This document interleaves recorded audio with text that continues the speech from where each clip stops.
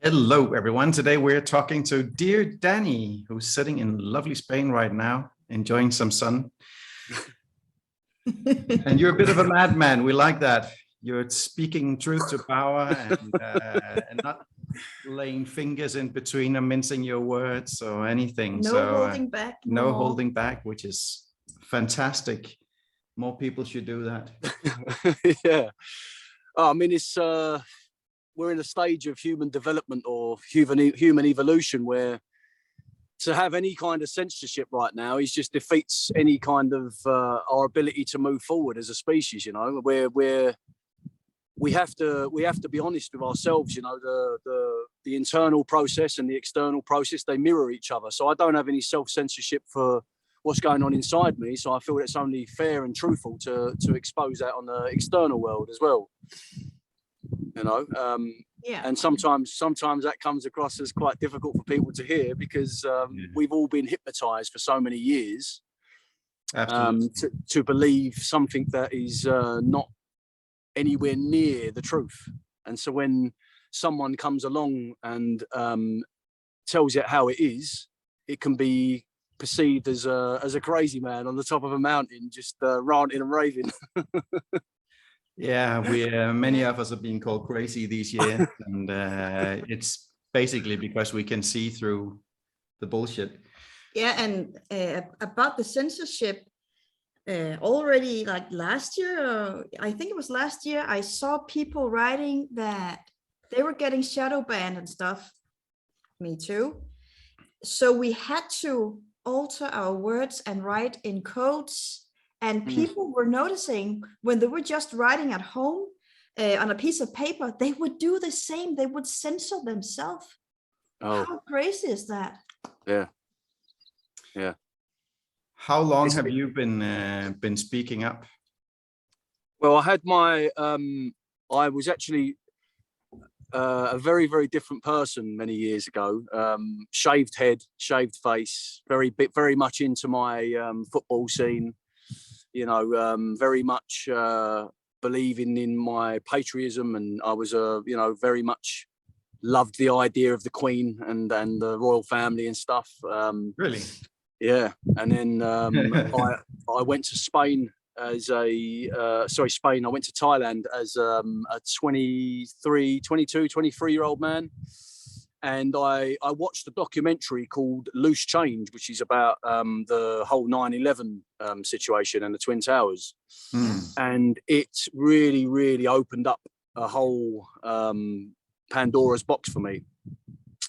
And I suppose from then, I always started. I mean, I've always had a very curious mind. Even as a kid, I questioned authority. I never liked authority. But there was that moment for me, it was like, oh, okay, this is what's happening in the world. You know, this is not how it's been sold to us.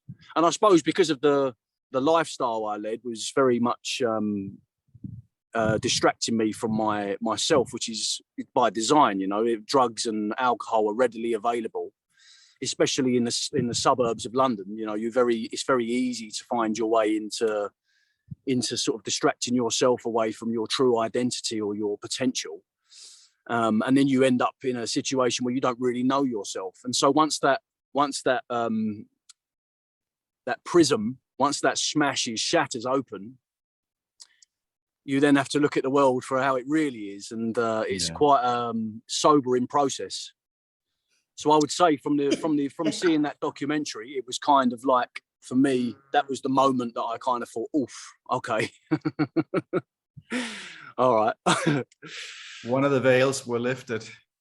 Yeah, and you know what it's like. It's a domino effect, isn't it? You know, as soon as one of the veils goes, you kind of get led into the next one, and then the next one, and before you know it, you're in a rabbit hole, and it never ends. Yeah. It's like the whole inversion, the whole world being tipped upside down, and all the lies and the manipulation, and it's absolutely insane. Yeah, and it's by design. You know, it's all by design. It's to confuse us so we don't actually ever really truly understand what we are.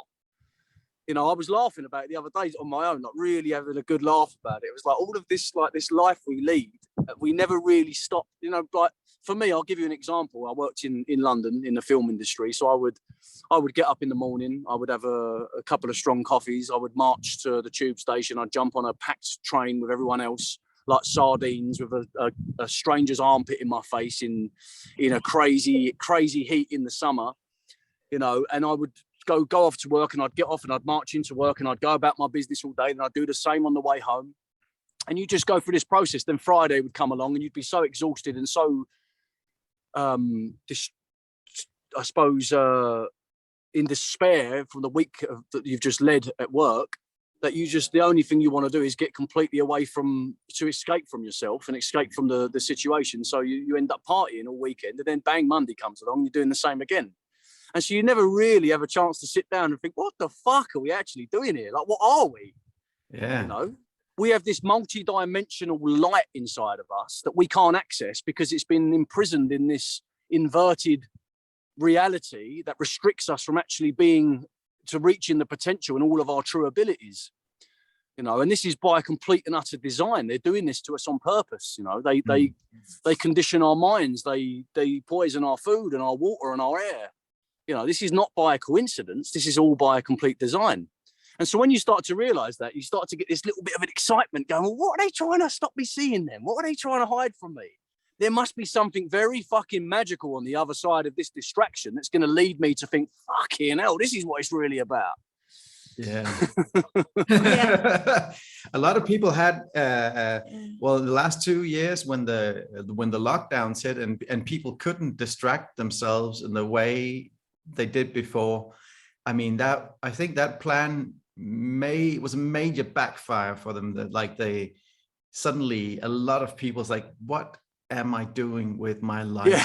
And like, I'm sending off my children as soon as I can for the whole day, only to see them when they and I are completely exhausted, and maybe see them on holiday when we have to cram in all this holiday time, where of course your system is going to go down because that's the only time you allow yourself to actually be sick. And so on and so forth. All the years we wasted with yelling at ourselves and our kids. In the morning, getting out of there, get their clothes on, put on your backpack. We're gonna be late for someone else's schedule. I know. It's crazy. It's absolutely, completely, it's insanity. Yeah. You know, it's absolute insanity. We've realized now that the lunatics are running the asylum. Yeah, absolutely. You know? And, I actually described it that way. It's like, and we're walking around inside, and we're sort of the wardens actually, and everybody thinks we're the crazy ones in there. Medication time. Here's your And I think the thing is that for me, like I always felt this from the beginning of, you know, March 2020, when this situation came into effect. I always felt that it was an incredibly positive time, because I've been talking about this stuff for years, and it's almost like now people are happy to listen to this conversation and join in and have their own, you know, their own interpretation of what's gone on. And so to me, that can only be positive, because these conversations, if you'd have said, like, you know, about like mandatory vaccinations, people would have gone like years ago, that no one would have really felt into it. But now it's like everyone's discussing it, and it's always been this way. That's the point of, like I always say to everyone, is it's always been this way. Vaccinations have always been mandatory. They've always made our decisions for us. They've indoctrinated our kids since the beginning of time. We were all indoctrinated. We've all been conditioned.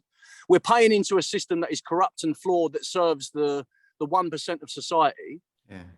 You know, we've just had our bank accounts frozen in Denmark because we didn't want to change to there's a new version of the digital ID where you have to scan your passport. There's supposed to be a chip in your passport. If you don't have that chip, you can't upgrade to the new system. You can't get access to your bank account.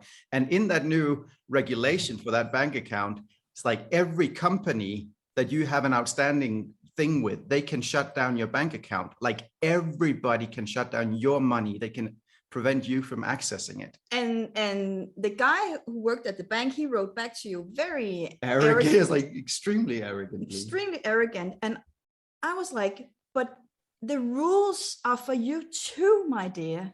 Yeah, of course. You're no exception. We are torturing each other. You are torturing us right now for money and thinking you will go free, but you don't. Yeah. We're all in this together. We're just torturing each other all day, every day. It's crazy. Please stop. Please. But I mean, we've dreamed this into effect, haven't we? You know, like because of as a young child. I mean, some of my earliest memories are walking around in London and seeing homeless people on the street, and never really understanding. It's like, why do people have to be homeless? Why do people have to starve? I never could understand that, and it always filled me with such sadness. And so I suppose within me there was always this dream, this want, this desire of a better world, you know, of a fairer, more just existence for us all. And I suppose we've all felt like that. And because we've all felt like that, we've dreamed this, we've materialized this situation, because this is the transition, and the transition is ugly because we're having to watch an old world decay and decompose. And death is not a nice thing to stand and observe. You know, but we are doing it, and because we're the ones who can carry this burden, because we've been designed like that. You know, we've been designed in a way that we can hold this burden. It's okay for us. Some people, they just can't look at it because it scares them too much to understand that their whole existence has been it's a made up narrative. You know. Yeah. And so that is so threatening and frightening for people that they just prefer to bury their head in the sand as opposed to try and actually face it and work with it. Yeah. So by reaction to us feeling this injustice in the world, we have dreamed this is being materialized for us, you know. So to me, that can only be positive. Yeah, it's not just a death, it's also a birth, you know. And when you're going through that birthing process, when you're going, like, whether you're the woman or you're the child going through the birthing process, it's violent. It's a big thing. It doesn't have to be painful. But for many people, it is, because you hold resistance, like you're scared, you're fearful, and you're fighting against what has to happen. And there's a narrative around birthing that it is painful. That it's painful. And it's the worst thing ever. It's the worst thing, and you just get the painkillers, and then you might survive. That. It's horrible. But we're going from being in this tiny womb to coming out into this free space now. Yeah, that's right. Right now we're kind of stuck in the birth canal. Are we there yet? Are we there yet? I can see the light. I can see the light. But as we spoke just previously before we started recording about how you know, the birthing process. Yeah. You know, myself and my partner, like you guys, we had a free birth, an autonomous birth with our most recent little boy. And, you know, like you say, that brings up so much fear in you in that situation, you know, like, and that fear is probably a collective fear that we're all feeling together, because we're all so connected beyond ways that we can even comprehend. And I believe that's probably that fear that was coming through me. I was almost like I feel sometimes like I'm a filter, because because I have the design to be able to maybe purify or cleanse this stuff. It comes through me. And I had an incredible amount of fear, like during the labour. There was my partner was straddling me in our birthing pool in our tiny little yurt, and she was kind of using my head as a squidgy toy, you know, as sort of like a stress relief, and sort of giving me it was like I was in a really, really angry chiropractor session. And I had all of this stuff that I was trying to sort of sit with and be neutral, you know, not to reject it and not to accept it, just to allow it to work through me.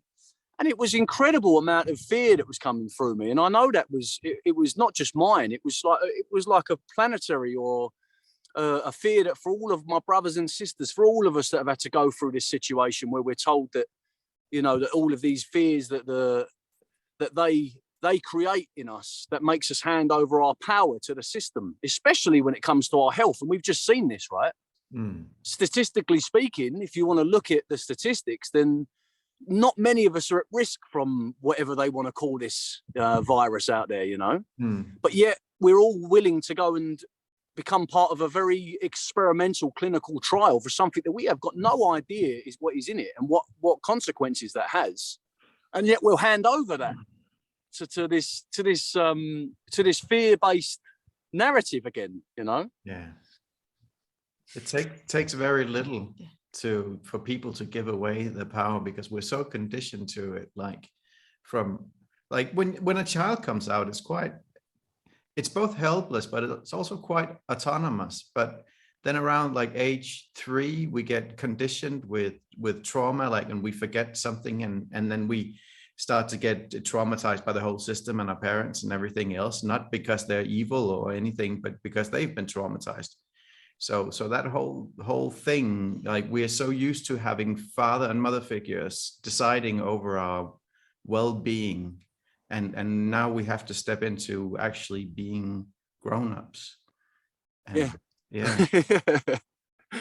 Because that's the myself as a young man, I put myself into traditional therapy, and it was almost, a lot of it is designed to sort of make your parents take responsibility for the situation you're in, and we almost always forget that society is probably our most poignant parent, or caregiver throughout our lives, because we spend so much time within that prison of school, going to school for all that time and then coming home and putting the television on, and it's just the same propaganda, it's the same message again. And so it's always about trying to take away our power, to always disempower us, so we never really truly realize what we are. And once we do, I mean, I can speak from experience now, the results are tangible. Once you really start to feel this power of what you truly are, nothing really applies anymore. The laws don't apply. There is no time, there is no space. We are just floating along, in this beautiful, blissful bubble of love. And all of the outside stuff is really just external stimuli that is designed to distract us from that. Absolutely. But how do we get back to it? That's the $1,000,000 question. Please, I'm all ears. Well, I think probably the biggest part of it, the biggest solution, is nature. Because when we go and sit in a space where we are so attached and connected to nature, whether that be in the sun. I mean, now I'm just sitting here now. I don't know if you can hear it, but I can hear there's birds tweeting around me. And just the moment I connect with that bird song, I am back into that space where I don't give a fuck about your rules, your regulations, your authority. You can't do nothing to me. There is no fear in me. There's no barriers. There's no restrictions. I can fly just like the birds. It's good. Nature really does something. Like every time we're stressed or anything, it's get out of the house, go for a walk. And then something lifts, at least something lifts a couple of octaves, Totally. Things come through. Suddenly words and images and messages come through. And you think if you look at a suburban environment, it's completely and utterly designed so you don't ever see any nature, Well, it's just very little nature. Like even like, look at where you're sitting. You were thinking that's nature, but there's not one inch of that hasn't been touched by human hand at some point. Of course. And manicured. And so what is nature really? What is our nature? It'll take a while for us to get back to it, but just having the birds and having the trees and the doggy that's walking around there, that's helping us tune back into all that. Totally. But I think if for me, it's sort of like the progress is that I can find this silence within, this contentment within, when I put myself in this environment, when I'm sitting on the floor like I am now, when I'm under a tree, or when I'm looking at the stars, or one of these situations. But I think the next stage is that we can tap into that, because that is in us. That is us. We can tap into that in a tower block on the 11th floor, listening to someone play drum and bass. No.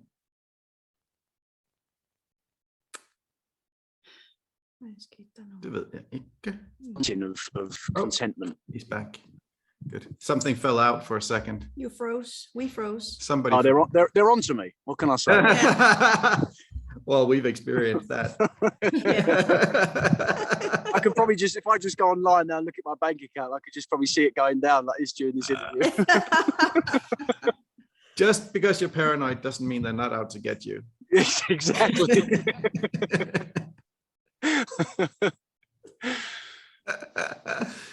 Yeah. Let's get back to nature and tune in with the whole thing. Yeah. That's Once we realise, I mean, the title of this summit, it couldn't be more perfect for this time we're in this human evolution, because now we are all questioning whose life is this? Is this life for us to give all of our life force and our energy and our time to give it all over to a system that is corrupt and it only serves people in the absolute top of the pyramid? Yeah. Is that what we want? Is that what we came here for? Of course not. No. We came here because by design we can make change. We're designed for that. This is what this is about, this process right now. Yeah. This is our life. This is our life.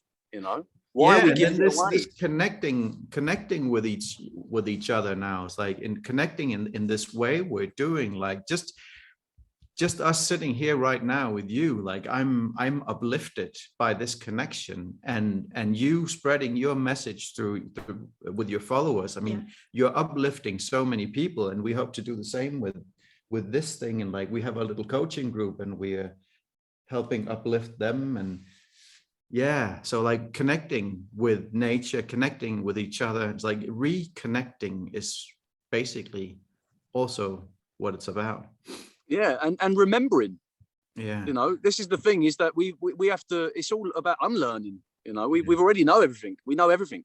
It's already within us. All the instructions, all the code, all the information that we need to create a better world has always been in us. And it's now we're just remembering it. Yeah. And the it's just infinite. We can do anything. Literally, we can do anything. I don't think any laws or rules apply to us once we tap into that multi-dimensional self.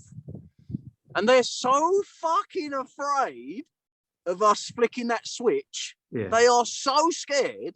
Yeah. There's probably 15 of them sitting around in a boardroom now, sitting there going, "Fuck me, they're waking up. What are we gonna do? What can we come up with next? Okay, let's Russia. Let's do Russia. Let's play that card." Exactly. Yeah. But it really does seem that way. Like they're so desperate, they're just throwing everything in the sink. It's like everything. Yeah. Viruses and war and food scarcity and frozen bank accounts, Aliens and zombies and yes. what else? It's becoming obvious, isn't it? Yeah, well, to many of us, it has become completely obvious, and every day it's more and more that see through the absolute bullshit. But they play into what we know is true.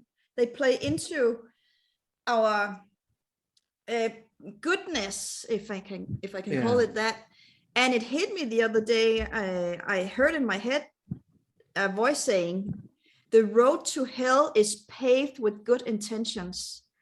And that's what we see right now. People are making an effort to be so good, to include everyone, no matter race and sexuality and age. And everyone should be included. And that is the road to hell, because we're getting confused and we are eliminating our boundaries. And we need those boundaries. We need healthy boundaries to say yes and no. Yeah. So that is just, I was like, that's what's happening. Totally, and that's what they've hung on to that, haven't they? By getting that good part of people who want to do good in the world, they've made them turned into this sort of like they police everyone else now, because if you're not living by the standards of the state narrative, then all of a sudden now you're a danger to people. People see you as a suspicion or a threat because you've got an open mind, just by asking questions. I see some people will just literally shut down just if you ask them a question. Just, would you think that's like, do you believe like that's actually what's happening? And you can see this sort of like, I can't go any further now. the police security service in Denmark, so like the MI5-6, they've come up with a new word, which is like anti-authority extremist. That's the new like one of the terrorist labels. Put me down. I'll be part of that club. Exactly. Yeah. Well, it will try to. Can I have a t-shirt, please? Do they do t-shirts yet? Yeah, and sovereignty too is on the terror list in Yeah, Denmark. people using the word sovereignty Yeah. get on the terror list in Denmark. And in the US, it was like they were like these right-wing labels like freedom and free thinking. Like, what the fuck? It's just absolutely insane, isn't it? Yes, It's laughable. It's so weird looking at it. Yeah. I think that's the measure. For me, that's the measure of a society, is when it gets this absurd, you can see that it's imploding. It's just apparent now that we can see that the absurdity is becoming so chaotic and so comical. And I know when I say that comical, I don't mean to dilute what's going on in the world, you know, because there are people who have suffered vaccine injuries. There are people who have died, who believe that they've died of COVID and not died of medical malpractice. You know, there are people who are being killed in the Ukraine-Russia situation. So I don't mean to ever make light of that. But the situation is comical, because if you see the headlines, you can see it's so absurd. It's so now over the top, theatrical, that to me, it's becoming quite, they're hiding in plain sight now. Yeah, and there's no nuance either. It's not like if it was truth, there would be a spectrum of things, but it's like there's only this one angle that we are allowed to look at things, and everything that's just like slightly outside of that one angle is not allowed, and you get shut down. It's crazy. But I again, you know, to go back to, I am so optimistic and so positive about where this is going. Yeah, you know, and I already see it in my own physical experiences every day. I'm invisible. There's no two ways about that. You know, I go in Spain still. It's mandatory to wear masks in inside environments, and I never wear a mask, and I've never been. I think I've been asked to once in all the places that I go into. I mean, I was standing in a bank the other day that was packed full of people, and every single person in there is wearing a mask, and I'm standing there. And I mean, I'm not exactly, you know, I stand out quite a bit. Yeah, really? I'm a big guy. I've got big hair and a big beard, you know. Yeah. And not one person said anything to me. You know, they're smiling at me. The lady, the teller behind the counter, she took her mask down and chatted to me. And I just thought, once we truly start to embody this feeling of self-governance and sovereignty, and we do it in a way that is balanced in humility. Yeah. So it's not in a way that I'm not righteous, I'm not judging people and criticizing people for the way that they live their life. If anything, I've got a lot of empathy and compassion for seeing people wearing masks, because it makes me feel quite sad. Yeah, you know. And so I feel that because I embody those energies, that to me it's people, they just it's almost like they don't know what to do with me. You know? You don't, and I think that yeah, put him on a cross. Yeah, something like that. Hey, thanks for watching. If you liked what you just saw, head on over to whoselifeisitsummit.com/podcast, where you can find full-length episodes as well as in audio format, and we do a lot of other cool stuff. You can hang out with us and other like-minded individuals who want to create a world that works for everyone, and we do that on our platform where we can chat, and we have Q&As and exclusive interviews as well. So there's so much to get over there, so come on over and play with us.